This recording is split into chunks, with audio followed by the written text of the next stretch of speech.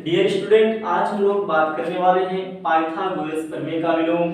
कथन कहता है यदि किसी त्रिभुज का एक भुजा का वर्ग अन्य दोनों भुजाओं के वर्गों के योग के बराबर हो तो पहली भुजा का सम्मुख कोण समकोण होता है। यहाँ पे दिया गया है यदि किसी त्रिभुज का एक भुजा का वर्ग, यहाँ पे हम एक त्रिभुज देख रहे हैं, त्रिभुज ए बी सी। अब इसमें एक भुजा का वर्ग यानी AC का वर्ग अगर हम यहाँ पे ले लें, अगर AC का वर्ग अन्य दोनों भुजा यानी AB का वर्ग तथा BC का वर्ग के योग के बराबर हो तो हमें साबित करना है, सिद्ध करना है कि पहली भुजा यानी AC का सम्मुख कोण, भुजा AC का सम्मुख कोण यानी कोण भी समकोण होता है, अन्य दोनों भुजाओं के वर्गों के योग के बराबर हो। तो अन्य दोनों भुजा AB तथा BC लिख दिए। अब प्लस क्यों दिए? क्योंकि यहाँ पे योग भी लिखा हुआ है। अन्य दोनों भुजा लिख दिए के वर्गों, मतलब वर्ग भी नहीं लिखे इसीलिए अभी लिख दे रहे हैं, के वर्गों मतलब स्क्वायर, दोनों भुजा का स्क्वायर के योग लिख दिए। अब यहाँ पे लिखा हुआ है के बराबर हो, कौन बराबर हो? AC, इसीलिए यहाँ पे बराबर दे देंगे AC और इस टर्म के बीच। तो इस परिभाषा से हम ऐसा कुछ निकाल लिए, क्या निकाले? AC स्क्वायर बराबर AB square plus BC square.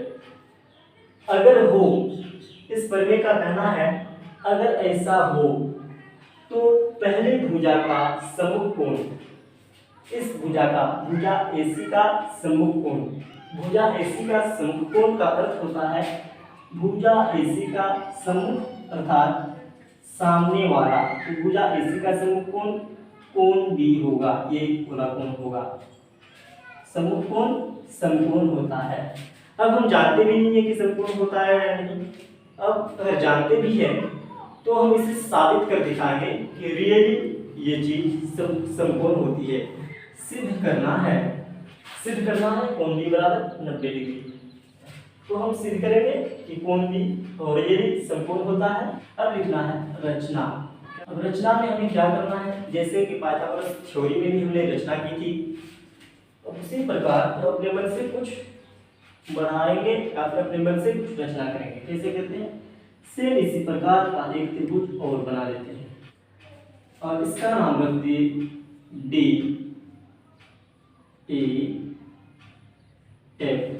इसीलिए हमें लिखना है रचना में एक अन्य त्रिभुज DEF बनाया, जहां DE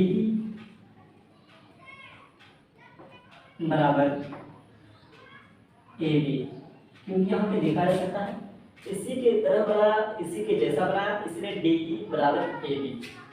DE बराबर AB लिख दिए तथा EF बराबर BC तथा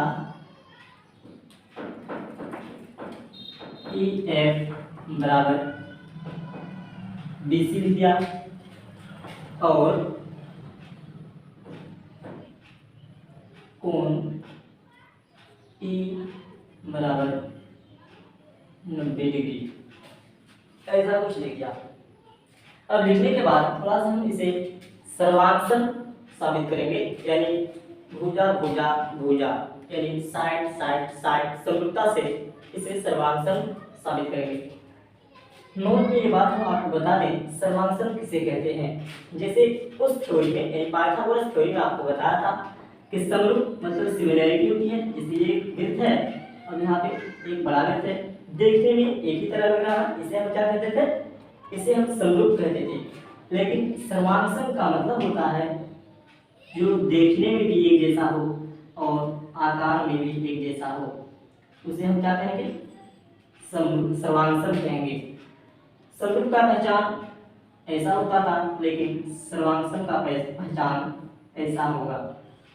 जैसे एक त्रिभुज है और ये एक त्रिभुज है, ये देखने में भी एक जैसा लग रहा है और आकार में भी एक जैसा है, इसीलिए ये सर्वांग है।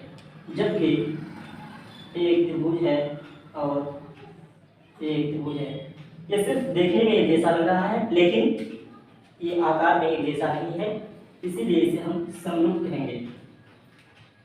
इतनी बात होने के बाद, इतनी बात समझने के बाद हम इस चीज को, इन दोनों त्रिभुज को सर्वांग साबित करेंगे। उत्पत्ति लिख दिया यहाँ पे। अब यहाँ पे लिखना है त्रिभुज डी ई एफ, क्या लिखे? त्रिभुज डी ई एफ में कोण ई बराबर 90 डिग्री। जब कोण ई बराबर 90 डिग्री हो गया तो ये एक समकोण त्रिभुज हो गया। और जब समकोण त्रिभुज हो गया तो हम ये बात अच्छी तरह जानते हैं कि किसी भी समकोण त्रिभुज को पाइथागोरस करने से हम लिख सकते हैं डी एफ स्क्वायर बराबर D E square plus E F square, ऐसा हम लिख सकते हैं। अब इस चीज को हम कैसे थोड़ा सा अलग टर्म पे लिखेंगे, थोड़ा सा ध्यान दें। यहाँ पे डी एफ स्क्वायर है और यहाँ पे D E square plus E F square. फिर यहाँ पे हम लिख देंगे डी एफ स्क्वायर बराबर, इस जगह को देखें थोड़ा सा, D E square plus E F square. इसे हम जैसे रचना में हमने लिखा था डी ई बराबर ए बी, इसीलिए डी ई के जगह पे हम ए बी दे सकते हैं। ए बी स्क्वायर है इसीलिए आप स्क्वायर डाल देंगे, प्लस ई एफ के जगह पे हमने दिया था बी सी, इसीलिए यहाँ पे बी सी डाल सकते हैं। स्क्वायर की जगह स्क्वायर डालिए। अब इसे हम समीकरण 2 मान लेंगे, जैसा कि हमने ऊपर में भी, अच्छा यहाँ समीकरण नहीं लिखा गया था, लिख देना चाहिए था समीकरण 1, जैसा कि ऊपर में हमने समीकरण 1 माना था किसे, ए सी स्क्वायर बराबर A B square plus B C square. अब थोड़ा सा यहाँ पे ध्यान दें, जैसा कि ए सी स्क्वायर है और यहाँ पे डी एफ स्क्वायर है, और इन दोनों का समीकरण 1 तथा 2 का एक राइट साइड में क्या है, A B square plus B C square, और यहाँ पे भी A B square plus B C square. जब दो इक्वेशन का, दो समीकरण का एक साइड बराबर हो तो दूसरे साइड भी बराबर होता है, तो इसीलिए हम यहाँ पे लिख सकते हैं समीकरण, क्या लिख सकते हैं, जब एक साइड बराबर है दोनों समीकरण का, मतलब ए सी स्क्वायर का दाहिनी side A B square plus B C square, फिर डी एफ स्क्वायर बराबर A B square plus B C square. इन दोनों समीकरण का दाहिने साइड क्या है, बराबर है, इसलिए बाईं साइड भी बराबर होगा। इसीलिए यहाँ पे हम लिख सकते हैं समीकरण 1 तथा 2 से ए सी स्क्वायर बराबर डी एफ स्क्वायर, ए सी स्क्वायर बराबर डी एफ स्क्वायर। इसे अगर समझ में नहीं आया तो थोड़ा सा एग्जाम्पल के थ्रू हम देखते हैं। 2 + 3 बराबर 5, और यहाँ पे खाली जगह छोड़ दें और फिर यहाँ पे लिख दें 5। तो ये एक समीकरण है और ये दूसरा समीकरण है। अब इस समीकरण का, इन दोनों समीकरण का एक साइड बराबर है, तो हम अगर यहाँ पे 5 ही लिख दें तो इस टर्म को अगर देखते हैं तो थोड़ा सा अलग लगता है, और इस टर्म को देखते हैं थोड़ा सा अलग लगता है। या फिर इसे अगर हम लिख दें 10/2 लिख दें तो इस टर्म को देखते हैं तो अलग लगता है, और इस टर्म को देखते हैं तो अलग लगता है। मतलब दोनों समीकरण का एक साइड जब बराबर होता है तो दूसरा साइड भी बराबर होता है। तो इसीलिए हम लिख सकते हैं जब दोनों समीकरण का दाहिने साइड बराबर है तो बाईं साइड भी बराबर है। बजाय हमको लगता ना हो कि ये बराबर है, लेकिन रियलिटी ये है कि ये दोनों बराबर है। ए सी स्क्वायर बराबर डी एफ स्क्वायर लिख दिए। अब थोड़ा सा अगर यहाँ पे देखें और इन दोनों का अगर स्क्वायर को हटा दें तो ए सी बराबर डी एफ। एक क्वेश्चन आप रेज कर सकते हैं, पूछ सकते हैं कि आपने यहाँ पे स्क्वायर क्यों हटा दिया। तो इस चीज को थोड़ा सा देख लें। किसी के पावर, अगर दोनों साइड्स के पावर को हटाएं या फिर अपने में से जोड़े, कुछ भी जोड़े, अगर इसके पावर में 3 जोड़ दें और इसके पावर में 3 जोड़ दें तब भी कुछ फर्क नहीं पड़ने वाला है। तो इसीलिए ए सी बराबर डी एफ हो गया। अब थोड़ा सा और ध्यान दें, डी ई बराबर ए बी हो गया था, ई एफ बराबर बी सी, ई एफ बराबर बी सी, और फिर यहाँ पे निकल के आ गया डी एफ बराबर ए सी, यानी डी एफ बराबर ए सी।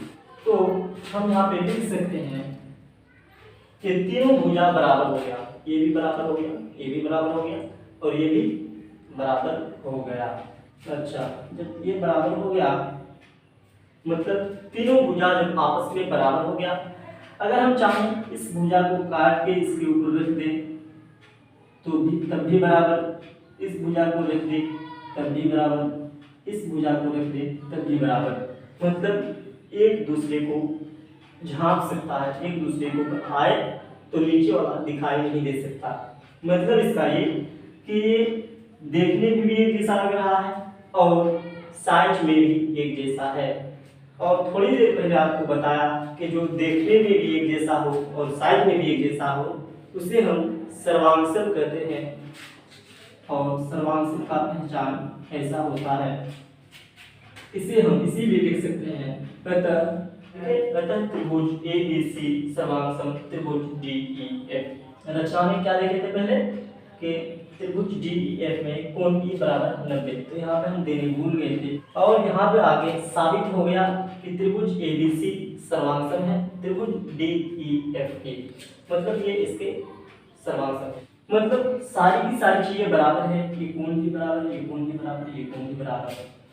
इसीलिए हम यहाँ पे लिख सकते हैं त्रिभुज, अच्छा यहाँ पे जो लिखे थे अतः त्रिभुज ए बी सी सर्वांगसम त्रिभुज डी ई एफ। अब कैसे सर्वांगसम हो गया, इसे हम घेर के लिख देंगे ब्रैकेट में एस एस एस से, यानी एस एस एस समरूपता से, साइड साइड साइड समरूपता से। इन तीनों भुजा बराबर हो गया इसलिए साइड साइड साइड समरूपता से, यानी भुजा भुजा भुजा समरूपता से।